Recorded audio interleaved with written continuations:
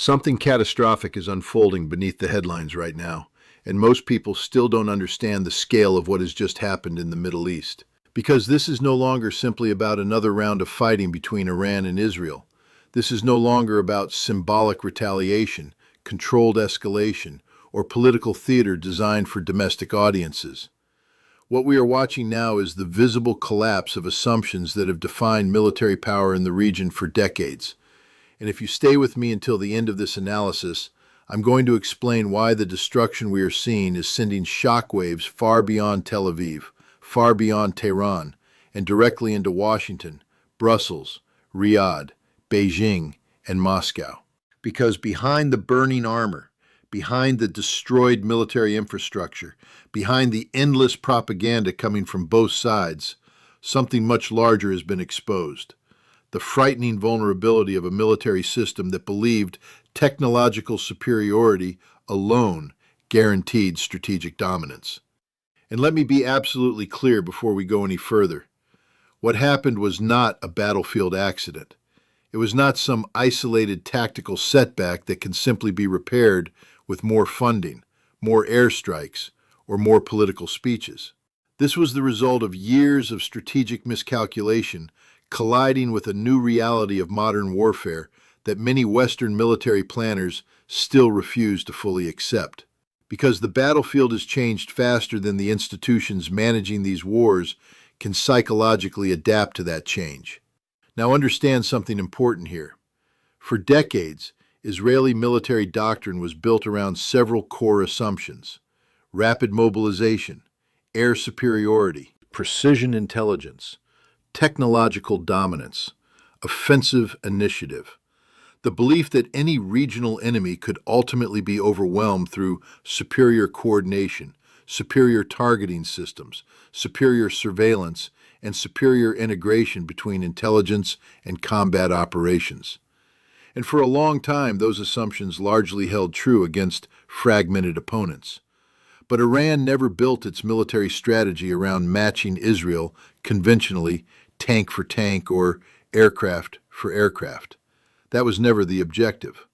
Iran studied something much deeper. It studied attrition. It studied endurance. It studied survivability. And most importantly, it studied how to exploit the weaknesses of technologically advanced militaries that are psychologically conditioned for short, decisive campaigns rather than prolonged economic and industrial exhaustion. That distinction is absolutely critical if you want to understand what is happening now. Because modern Western military systems are extraordinarily lethal in the opening stages of conflict. Nobody denies that. The United States and Israel possess some of the most sophisticated military technologies on Earth. But military technology by itself does not guarantee strategic victory if the underlying industrial, economic, and political structure cannot sustain prolonged confrontation. And this is where things become extremely dangerous, because Iran understood from the very beginning that it could never outspend the combined military-industrial capacity aligned against it. So instead, it designed a system intended to survive pressure rather than avoid it. That changes the entire logic of war. And if you think that sounds abstract, let me explain what this means operationally. Iran's strategic doctrine has never depended entirely on conventional battlefield superiority. It depends on saturation, decentralization, redundancy, geographic depth, missile proliferation, drone warfare, asymmetric disruption, and economic pressure. In other words, Iran's military structure was specifically designed to absorb punishment while slowly increasing the long-term costs for any enemy attempting sustained operations against it. Now stay with me here, because what I'm about to explain is the part most mainstream analysis completely ignores. The destruction of armored formations and military infrastructure is not only about the physical loss itself, it's about replacement capacity, sustainability, industrial endurance, financial survivability.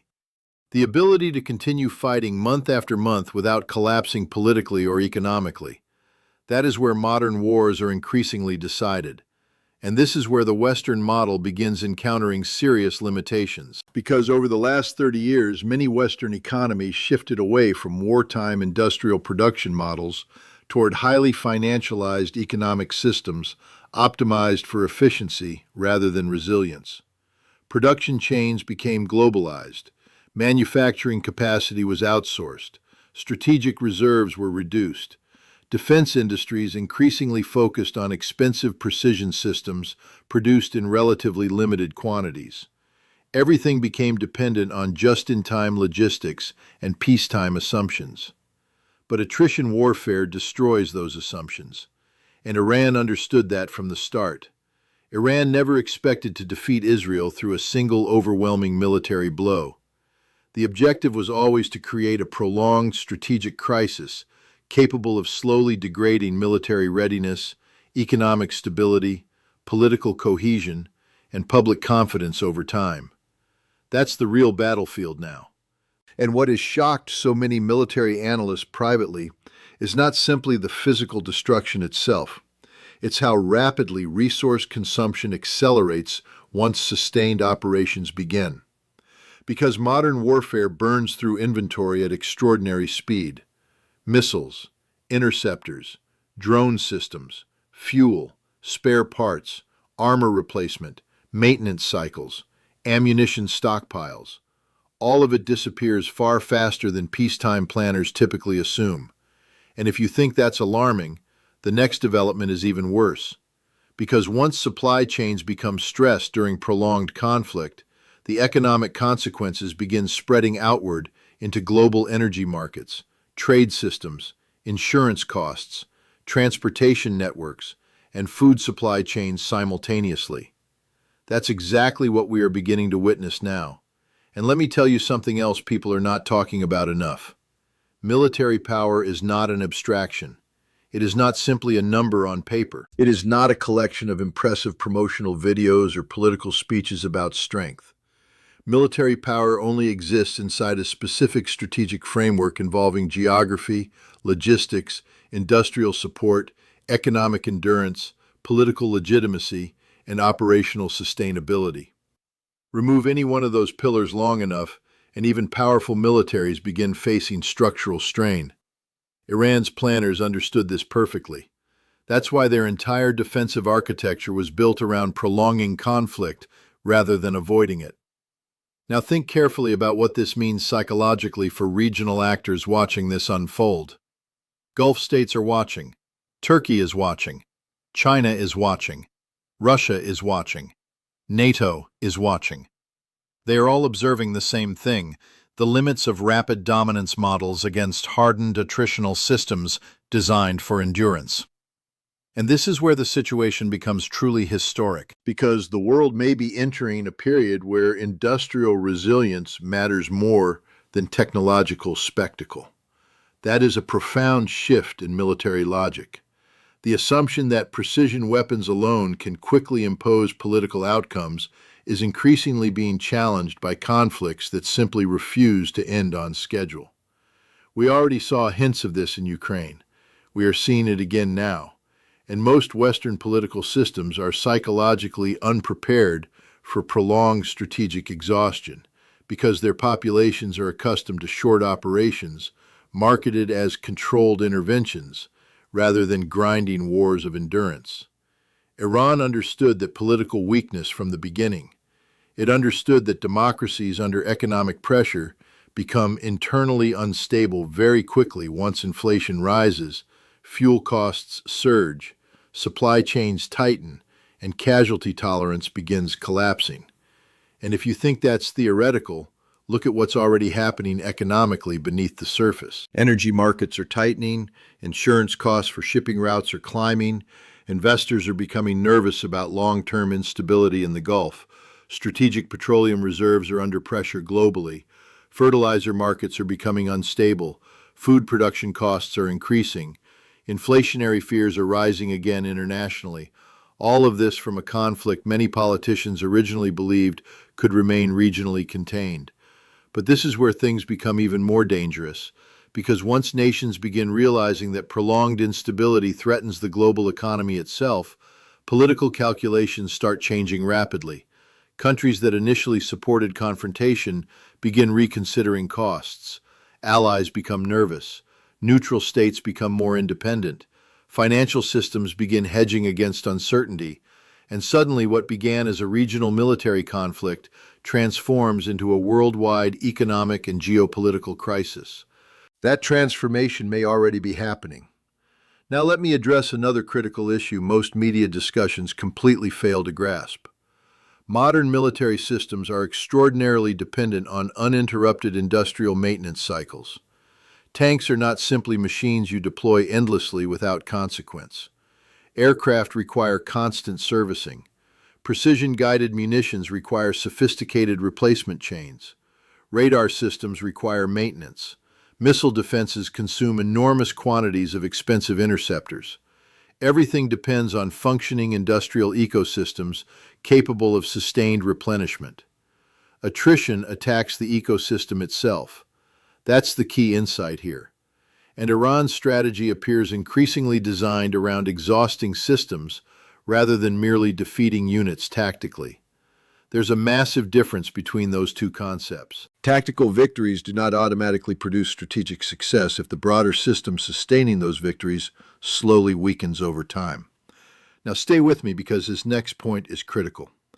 The psychological dimension of this war may ultimately prove even more important than the battlefield losses themselves.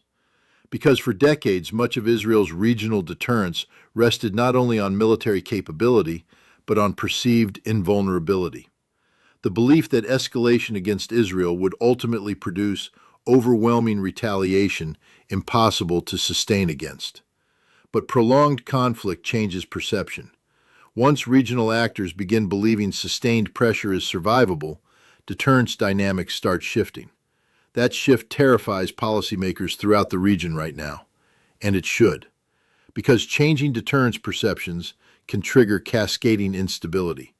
Non-state actors become bolder, proxy groups become more aggressive, rival states reassess military options, arms races accelerate, strategic red lines become blurred, every actor starts recalculating risk simultaneously. And if you think that sounds dangerous, you haven't even reached the most alarming part yet. Because underneath all of this sits a much larger geopolitical reality. The global balance of power itself is changing during the exact same period this conflict is escalating. China is rising economically. Russia has adapted militarily after years of sanctions and attrition pressure. BRICS nations are expanding coordination mechanisms.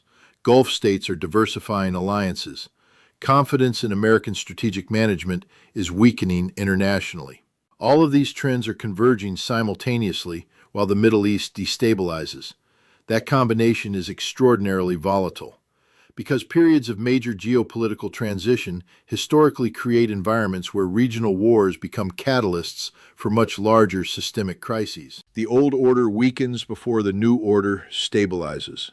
Institutions become strained, alliances become uncertain, economic systems become fragile, and political leadership often struggles to adapt psychologically fast enough to changing realities. Now ask yourself one simple question. What happens if this conflict continues escalating while global economic pressure intensifies simultaneously?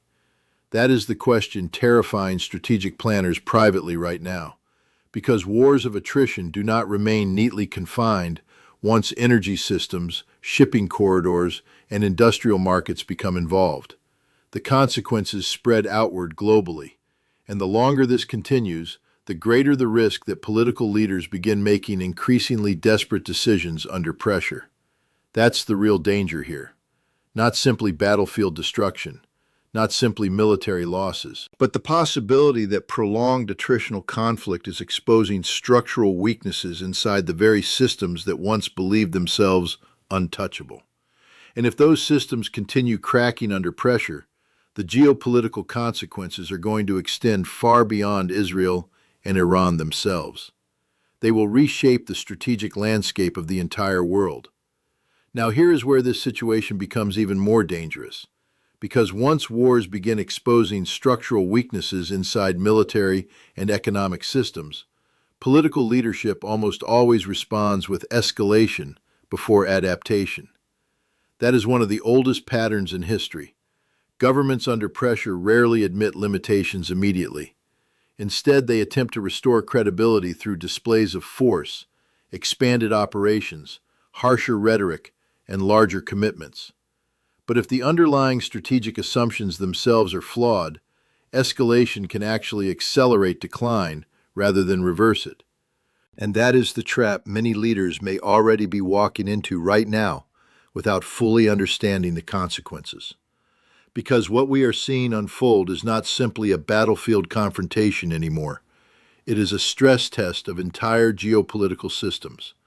Israel's military pressure campaign was supposed to reinforce deterrence, reinforce regional dominance, and reinforce strategic confidence among allies. Instead, prolonged conflict is beginning to raise uncomfortable questions throughout the world about sustainability, replacement capacity, economic endurance, and long-term strategic resilience. Those questions matter enormously because once confidence begins eroding, alliance behavior changes very quickly. Now think carefully about what Gulf states are watching right now. For decades, many of them built their national security around one central assumption: that American and Israeli military superiority would ultimately guarantee regional order indefinitely. That assumption shaped everything from defense procurement to diplomatic positioning. But prolonged instability changes calculations. If escalation continues producing economic disruption without decisive strategic outcomes, Gulf leadership will increasingly prioritize survival and stability over ideological alignment. That's already beginning beneath the surface, and this is where Iran's broader strategy becomes much clearer. Iran never expected to dominate the region conventionally through overwhelming military conquest. The objective was always to make confrontations so costly, so prolonged, and so economically destabilizing that eventually regional actors would begin reconsidering whether permanent hostility toward Iran remains sustainable. In other words, Iran's strategy was designed around altering political calculations over time rather than winning rapid battlefield victories. That distinction is absolutely critical because attrition warfare is fundamentally psychological before it is physical. It attacks confidence, it attacks patience, it attacks political cohesion, it attacks economic endurance, and the longer these systems remain under stress, the more dangerous internal instability becomes for every government involved. Now stay with me because what I'm about to explain is the part most analysts still underestimate. The modern global economy is extraordinarily interconnected. Energy flows affect fertilizer markets. Fertilizer affects food production. Food production affects political stability. Shipping disruptions affect manufacturing costs globally. Insurance costs affect trade. Inflation affects governments domestically. What appears initially as a regional military crisis can rapidly evolve into worldwide systemic pressure if strategic choke points remain unstable long enough. That process may already be underway. And this is exactly why so many governments are becoming nervous privately, even while public rhetoric remains aggressive. Because behind closed doors, policymakers understand something very uncomfortable. Modern industrial societies are far more fragile than they appear during peacetime.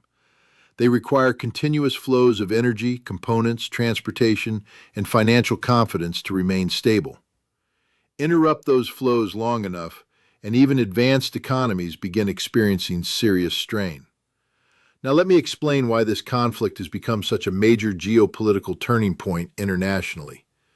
Countries around the world are observing not only military performance, but strategic adaptability. They are asking themselves difficult questions. Can Western military systems sustain prolonged industrial warfare? Can sanctions alone force political submission anymore? Can high-cost precision warfare remain economically sustainable against decentralized attritional strategies? Can alliance systems maintain cohesion under prolonged inflation and instability? These are not academic questions anymore. Governments are actively recalculating policy around them right now. And this is where China enters the picture in a much bigger way than most people realize. China has spent years preparing economically for long-term systemic instability, strategic reserves, energy diversification, industrial redundancy, manufacturing depth, resource stockpiling, infrastructure expansion. None of that happened accidentally. Beijing studied the vulnerabilities exposed by sanctions warfare, supply chain dependency, and financial coercion very carefully. So while much of the West optimized for efficiency, China optimized increasingly for resilience. That matters now. Because prolonged instability in the Gulf directly affects global energy flows, and China understands better than most countries that strategic survival in the 21st century depends less on ideological narratives and more on resource security. Food, fuel, industrial materials, manufacturing continuity. Those are the foundations of power during periods of geopolitical fragmentation. Meanwhile, many Western governments remain psychologically trapped inside assumptions formed during the unipolar era after the Cold War. The belief that overwhelming technological and financial superiority could indefinitely manage global crises through pressure and coercion. But the world has changed faster than many institutions managing it have psychologically adapted. That's the deeper story here. And if you think this conflict is only about Israel and Iran, you're missing the much larger transformation taking place underneath. The global system itself is shifting away from uncontested unipolar dominance toward a far more unstable multipolar environment where multiple major powers possess the ability to resist pressure simultaneously. That changes the logic of deterrence completely. Now, here is where things become extremely alarming. Historically, periods of major power transition are among the most dangerous moments in international politics because declining systems often attempt to preserve dominance through escalation, while rising systems increasingly resist accommodation under old rules. That collision creates instability everywhere, economically, militarily, politically, psychologically. We may already be entering that phase now, and the Middle East has become one of the primary pressure points where these global transitions are colliding visibly. Now think about the implications of that carefully. Russia is watching Western resource consumption rates closely. China is watching alliance cohesion closely. Gulf states are watching economic vulnerability closely. NATO planners are watching industrial sustainability closely. Every major actor is learning from this conflict in real time. And one lesson appears increasingly obvious. Industrial endurance may matter more than technological spectacle during prolonged confrontation. That realization alone could reshape military doctrine globally over the next decade, because wars are no longer judged solely by opening strikes or tactical battlefield footage. They are judged by sustainability, production rates, economic resilience, political survivability, replacement cycles, energy security, strategic patience. Iran understood this before many of its adversaries did. Now let me tell you the most dangerous part of all. Once governments begin recognizing that prolonged wars threaten domestic stability internally, leaders face enormous political pressure to produce quick, visible victories. That pressure often produces reckless escalation because admitting strategic limitations publicly becomes politically humiliating. So instead of adaptation, systems double down. History is full of examples of this, and if that pattern repeats here, the risks become enormous. Because additional escalation in the Gulf would not simply damage military targets anymore. It could destabilize energy infrastructure, shipping corridors, financial markets, food systems, and fragile political environments across multiple continents simultaneously. The consequences would spread globally within weeks. Now ask yourself another question. Are current political leaders psychologically prepared for the scale of systemic disruption prolonged conflict could create? I'm not convinced they are, because many political systems today remain driven by media cycles, short election timelines, and public relations management, rather than long-term strategic realism. That creates enormous danger during periods of geopolitical transition because decision-makers often prioritize appearing strong over adapting intelligently. And this is why the current moment feels so unstable internationally. Too many governments are still operating according to assumptions that no longer fully match reality. Military systems designed for rapid dominance are encountering attritional environments. Financial systems designed around globalization are confronting fragmentation. Political systems optimized for peacetime prosperity are confronting resource insecurity and inflation pressure. Everything is under stress simultaneously. And if you thought the battlefield destruction itself was the main story, it isn't. The real story is that this conflict may be exposing the limits of an entire era of strategic thinking. That is what governments around the world are truly reacting to right now.